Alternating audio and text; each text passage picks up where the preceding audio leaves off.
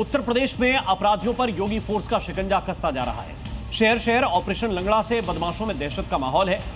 गौ तस्करी, लूट और हत्या जैसे मामलों में अपराधियों को ढूंढ ढूंढ कर दबोचा जा रहा है। योगी फोर्स का मैसेज बिल्कुल साफ है, अपराधियों के लिए उत्तर प्रदेश में अब कोई जगह नहीं है।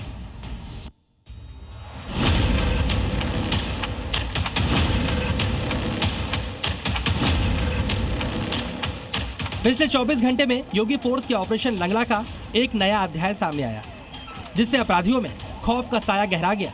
शहर हो या गांव, सूबे की योगी फोर्स हर कोने में छिपे अपराधियों को ढूंढ ढूंढ कर ठिकाने लगा रही है, क्योंकि सीएम योगी आदित्यनाथ का क्लियर मैसेज है कि अपराधियों के लिए यूपी में कोई जगह नहीं, और उसकी तस्दीक करती है ये तस्वीरें। शहर शहर योगी फोर्स के एक्शन से बदमाशों की नींद उड़ गई है और रैया से लेकर गाजियाबाद, बागपत, आगरा से लखनऊ और शामली तक योगी फोर्स का ऑपरेशन लंगड़ा जारी है। बदमाशों के खिलाफ यूपी पुलिस के ऑपरेशन लंगड़ा का मकसद एकदम साफ है, यूपी में अपराध के खिलाफ जीरो टॉलरेंस है।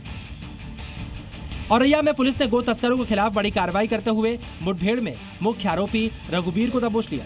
मुठभेड़ के दौरान गोली लगने से आरोपी घायल हो गया, जबकि उसका साथी मौके से फरार हो गया, जिसकी तलाश जारी है।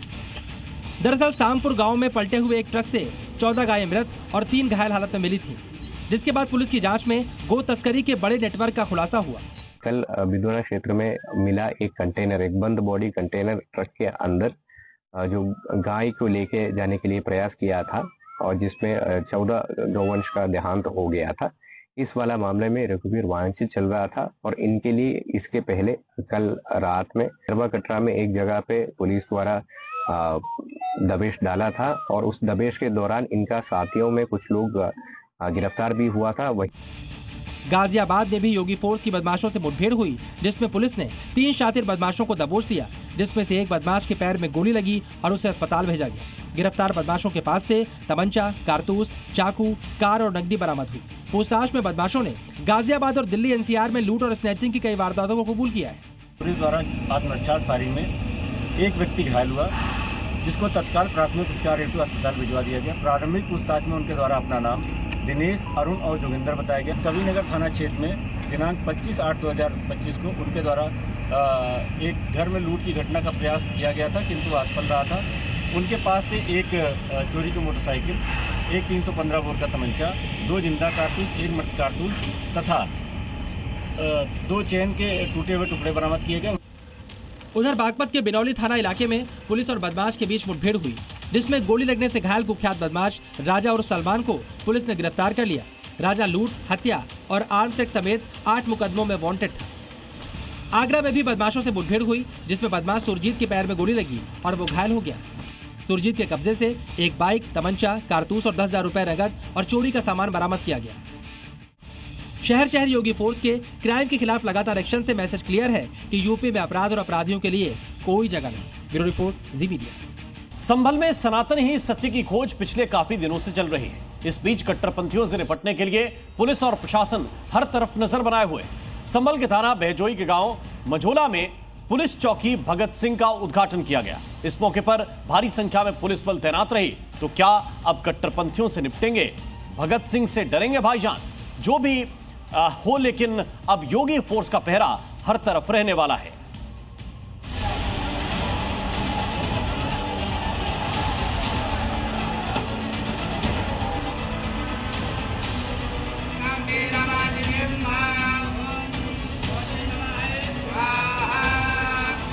संभल में कट्टरपंथियों से निपटेंगे भगत सिंह।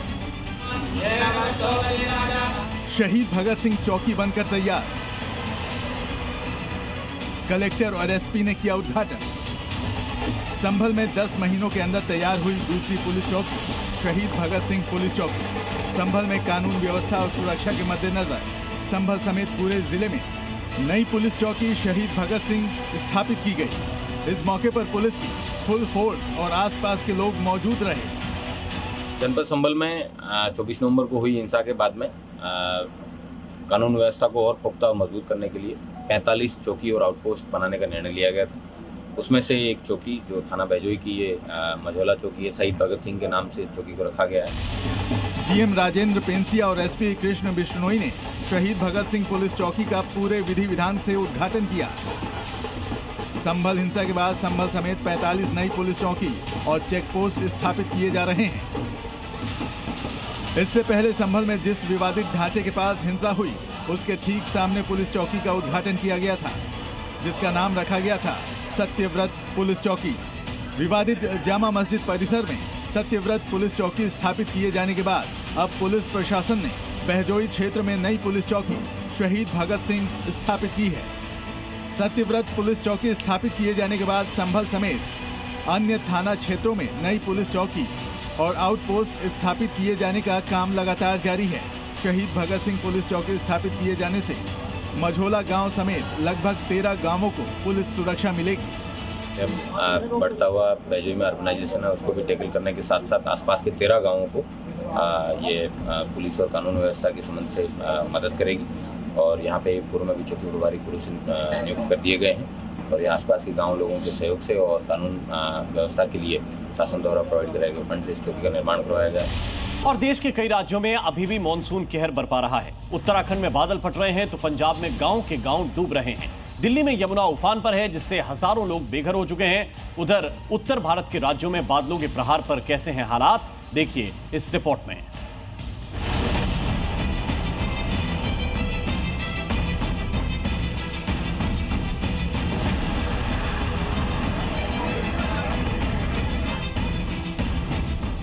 पहाड़ हो या पंजाब, बाढ़ बारिश से हालत खराब।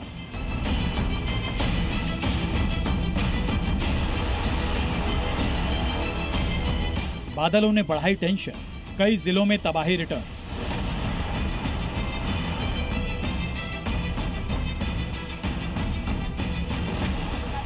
आधे भारत में अभी भी मानसून जारी है। बादलों के प्रहार से नदी नाले उफान पर हैं।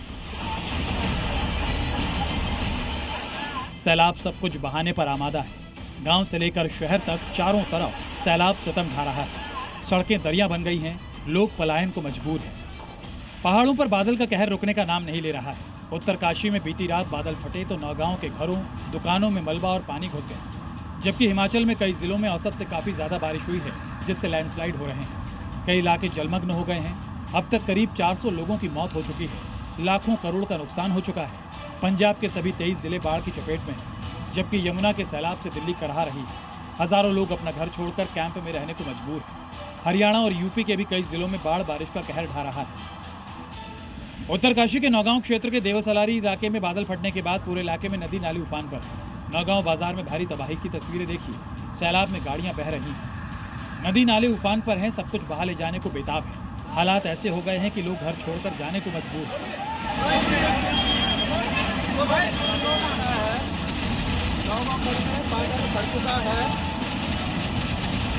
गंगोत्री राष्ट्रीय राजमार्ग हेलकुगाड़ के पास पिछले 24 घंटे से बंद है। सवारी के पास भी आज से रास्ते बंद हैं।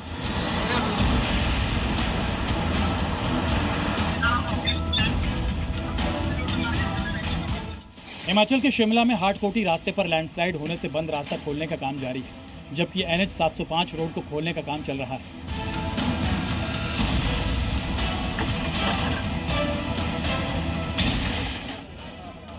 फिलहाल पंजाब में अगले 3 दिनों तक बारिश का अनुमान नहीं है, लेकिन पहले जो आसमानी आफत पंजाब पर बरसी है, उससे पंजाब के 23 जिले अभी भी बाढ़ की चपेट में हैं।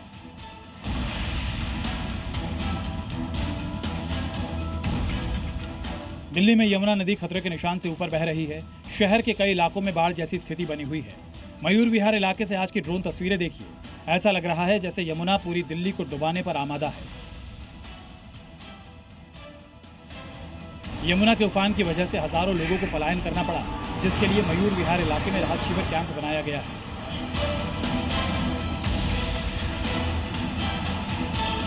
हरियाणा के भी कई जिले बाढ़ बारिश से जूझ रहे हैं। सिरसा में भारी बारिश के कारण कई हिस्सों में जलभराव की वजह से लोगों को परेशानियों का सामना करना पड़ रहा है।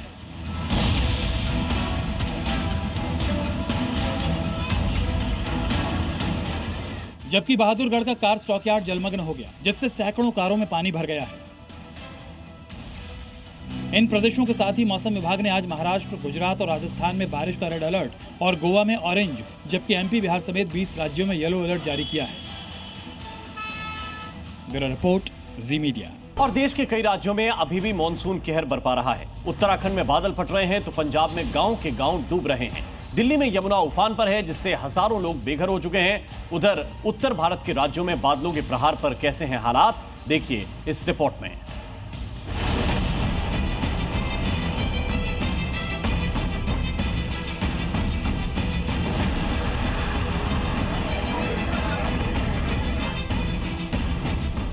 पहाड़ हो या पंजाब, बाढ़ बारिश से हालत खराब।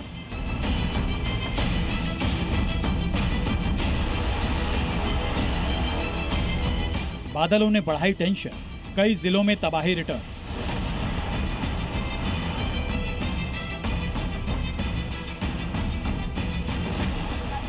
आधे भारत में अभी भी मानसून जारी है। बादलों के प्रहार से नदी नाले उफान पर हैं। सैलाब सब कुछ बहाने पर आमादा है। गांव से लेकर शहर तक चारों तरफ सैलाब सितम ढा रहा है। सड़कें दरिया बन गई हैं, लोग पलायन को मजबूर हैं। पहाड़ों पर बादल का कहर रुकने का नाम नहीं ले रहा है। उत्तरकाशी में बीती रात बादल फटे तो नौगांव के घरों, दुकानों में मलबा और पानी घुस गया। जबकि हिमाचल में कई जिलों में औसत से काफी ज्यादा बारिश हुई है, जिससे लैंडस्लाइड हो रहे हैं। कई इलाके जलमग्न हो गए हैं। अब तक करीब 400 लोगों की मौत हो चुकी है। लाखों करोड़ का नुकसान हो चुका है। पंजाब के सभी 23 जिले बाढ़ की चपेट में हैं, जबकि यमुना के सैलाब से दिल्ली करहा रही है। हजारों लोग अपना घर छोड़कर कैंप में रहने को मजबूर हैं। हरियाणा और यूपी के भी कई जिलों में बाढ़ बारिश का कहर ढा रहा है। उत्तरकाशी के नौगांव क्षेत्र के देवसलारी इलाके में बादल फटने के बाद पूरे इलाके में नदी नाली उफान पर है। नौगांव बाजार में भारी तबाही की तस्वीरें देखिए। सैलाब में गाड़ियां बह रही हैं। नदी नाले उफान पर हैं, सब कुछ बहा ले जाने को बेताब है। हालात ऐसे हो गए हैं कि लोग घर छोड़कर जाने को मजबूर हैं।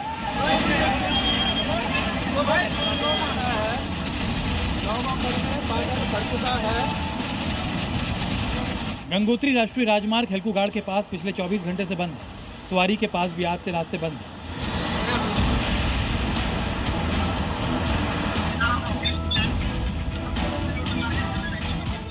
हिमाचल के शिमला में हाटकोटी रास्ते पर लैंडस्लाइड होने से बंद रास्ता खोलने का काम जारी है, जबकि NH 705 रोड को खोलने का काम चल रहा है।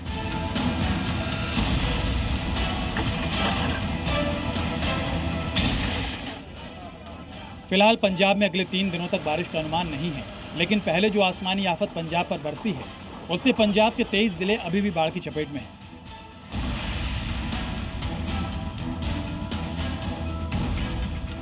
दिल्ली में यमुना नदी खतरे के निशान से ऊपर बह रही है। शहर के कई इलाकों में बाढ़ जैसी स्थिति बनी हुई है। मयूर विहार इलाके से आज की ड्रोन तस्वीरें देखिए। ऐसा लग रहा है जैसे यमुना पूरी दिल्ली को डुबाने पर आमादा है। यमुना के उफान की वजह से हजारों लोगों को पलायन करना पड़ा, जिसके लिए मयूर विहार इलाके में राहत शिविर कैंप बनाया गया है।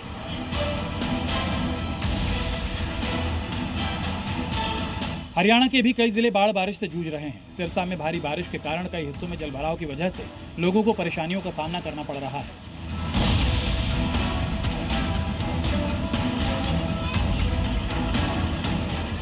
जबकि बहादुरगढ़ का कार स्टॉकयार्ड जलमग्न हो गया, जिससे सैकड़ों कारों में पानी भर गया है। इन प्रदेशों के साथ ही मौसम विभाग ने आज महाराष्ट्र, गुजरात और राजस्थान में बारिश का रेड अलर्ट और गोवा में ऑरेंज, जबकि MP, बिहार समेत 20 राज्यों में येलो अलर्ट जारी किया है। ब्यूरो रिपोर्ट, जी मीडिया। और इसी के साथ राजनीति में अभी के लिए बस इतना ही। नमस्कार।